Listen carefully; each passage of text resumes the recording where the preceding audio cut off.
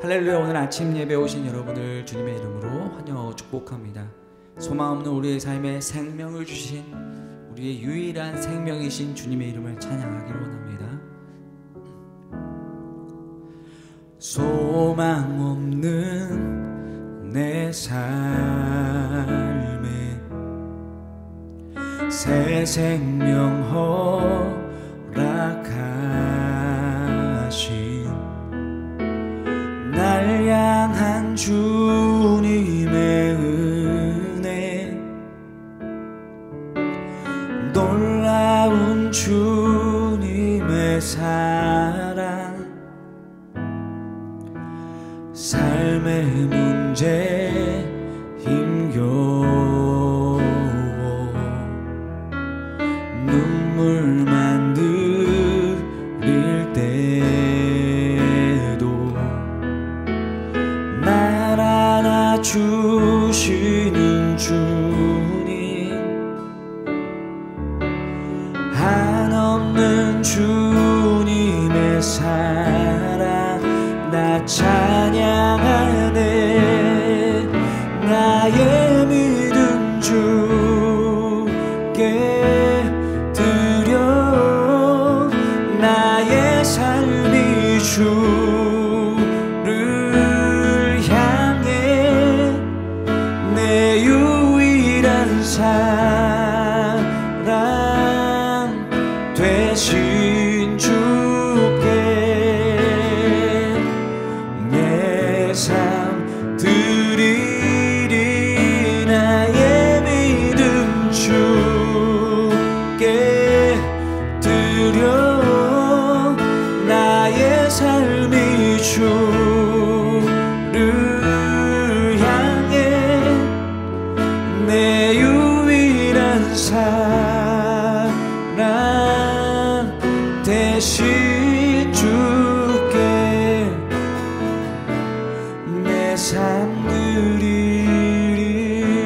삶의 문제 힘겨워, 삶의 문제 힘겨워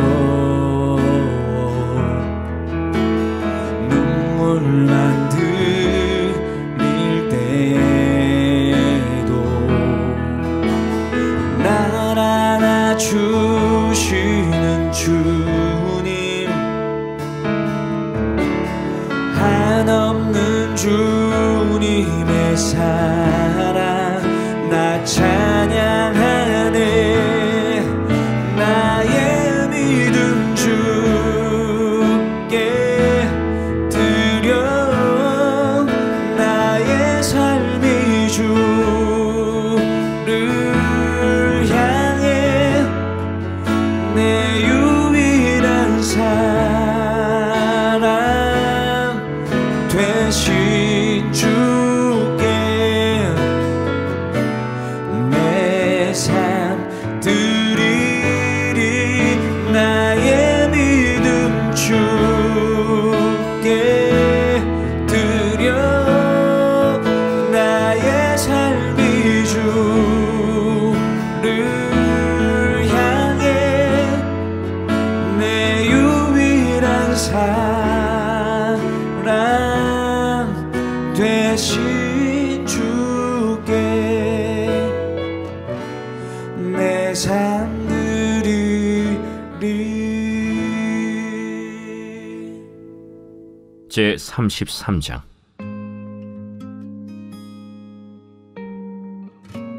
므낫세가 왕위에 오를 때 나이가 12세라. 예루살렘에서 55년 동안 다스리며 여호와 보시기에 악을 행하여 여호와께서 이스라엘 자손 앞에서 쫓아내신 이방 사람들의 가증한 일을 본받아 그의 아버지 히스기야가 헐어버린 산당을 다시 세우며 바알들을 위하여 제단을 쌓으며 아세라 목상을 만들며 하늘의 모든 1월 성신을 경배하여 섬기며 여호와께서 전에 이르시기를 내가 내 이름을 예루살렘에 영원히 두리라 하신 여호와의 전에 제단들을 쌓고 또 여호와의 전 두 마당에 하늘의 1월 성신을 위하여 제단들을 쌓고 또 흰놈의 아들 골짜기에서 그의 아들들을 불 가운데로 지나가게 하며 또 점치며 사술과 요술을 행하며 신접한 자와 박수를 신임하여 여호와 보시기에 악을 많이 행하여 여호와를 진노하게 하였으며 또 자기가 만든 아로새긴 목상을 하나님의 전에 세웠더라. 옛적에 하나님이 이 성전에 대하여 다윗과 그의 아들 솔로몬에게 이르시기를 내가 이스라엘 모든 지파 중에서 택한 이 성전과 예루살렘에 내 이름을 영원히 둘지라. 만일 이스라엘 사람이 내가 명령한 일들 곧 모세를 통하여 전한 모든 율법과 율례와 규례를 지켜 행하면 내가 그들의 발로 다시는 그의 조상들에게 정하여 준 땅에서 옮기지 않게 하리라 하셨으나 유다와 예루살렘 주민이 므낫세의 꾀임을 받고 악을 행한 것이 여호와께서 이스라엘 자손 앞에서 멸하신 모든 나라보다 더욱 심하였더라. 여호와께서 므낫세와 그의 백성에게 이르셨으나 그들이 듣지 아니하므로 여호와께서 아수르 왕의 군대 지휘관들이 와서 치게 하시매 그들이 므낫세를 사로잡고 쇠사슬로 결박하여 바벨론으로 끌고 간지라. 그가 환난을 당하여 그의 하나님 여호와께 간구하고 그의 조상들의 하나님 앞에 크게 겸손하여 기도하였으므로 하나님이 그의 기도를 받으시며 그의 간구를 들으시사 그가 예루살렘에 돌아와서 다시 왕위에 앉게 하시매 므낫세가 그제서야 여호와께서 하나님이신 줄을 알았더라.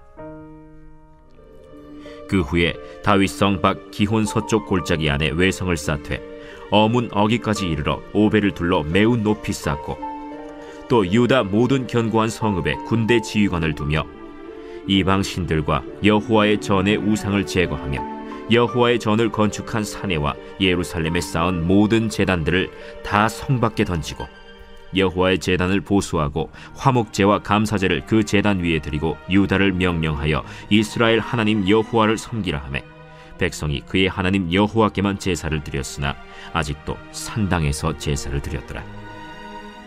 므낫세의 남은 사적과 그가 하나님께 한 기도와 선견자가 이스라엘 하나님 여호와의 이름으로 권한 말씀은 모두 이스라엘 왕들의 행장에 기록되었고 또 그의 기도와 그의 기도를 들으신 것과 그의 모든 죄와 허물과 겸손하기 전에 산당을 세운 곳과 아세라 목상과 우상을 세운 곳들이 다 호세의 사기에 기록되니라.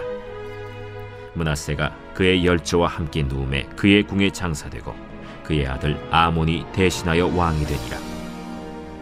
아몬이 왕위에 오를 때 나이가 22세라.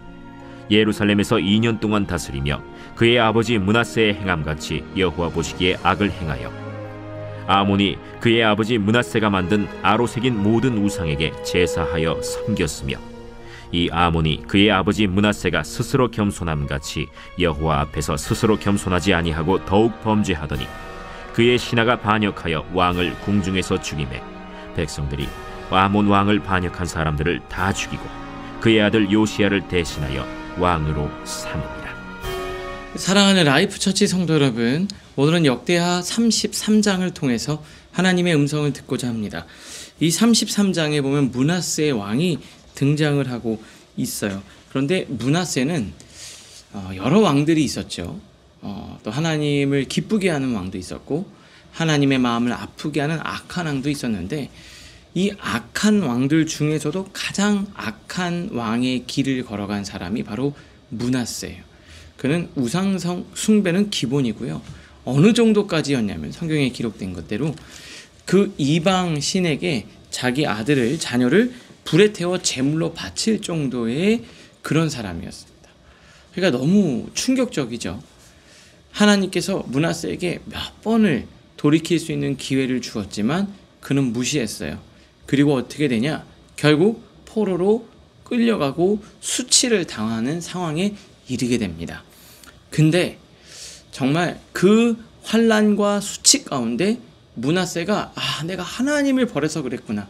그리고 하나님을 찾기 시작합니다. 12절 보니까 그가 환난당하여 그의 하나님 여호와께 간구하고 그의 조상들의 하나님 앞에 크게 겸손하여 기도하였으므로 그 환난 가운데 하나님께 회개하고 기도한 거예요. 그랬는데 하나님께서 어떡합니까? 외면하지 않으시고 그의 기도를 들으십니다. 우리에게 환난을 주시는 것은 네가 잘못했으니까 그 대가를 치르라는 의미, 그거보다 훨씬 더 중요한 의미가 있습니다. 이걸 통해서 하나님 앞에 돌아오라고 하나님께서 환난과 고통을 주시는 거죠. 환난과 고통 가운데 크리스찬으로서 반드시 해야 될 한 가지는 뭐냐? 내가 하나님 앞에 온전하지 못했던 나의 모습은 있지 않은가? 아니면 내가 하나님 없이 살 수 있다고 내가 교만하지는 않나? 아니면 내가 세상을 쫓아가느라고 하나님을 잊어버린 건 아닌가? 그 하나님께 돌이키고 하나님과 함께 할 때 하나님은 그의 기도를 들으시고 우리를 다시 회복의 자리로 이끌어 가신다, 이 말입니다. 밑에서 세 번째 줄 보니까 하나님은 가장 깊이 타락한 사람도 끝까지 포기하지 않으시고 찾아오십니다. 우리가 스스로 돌아설 수 없을 때 때로 환난을 통해 다시 부르십니다. 이어서 볼게요.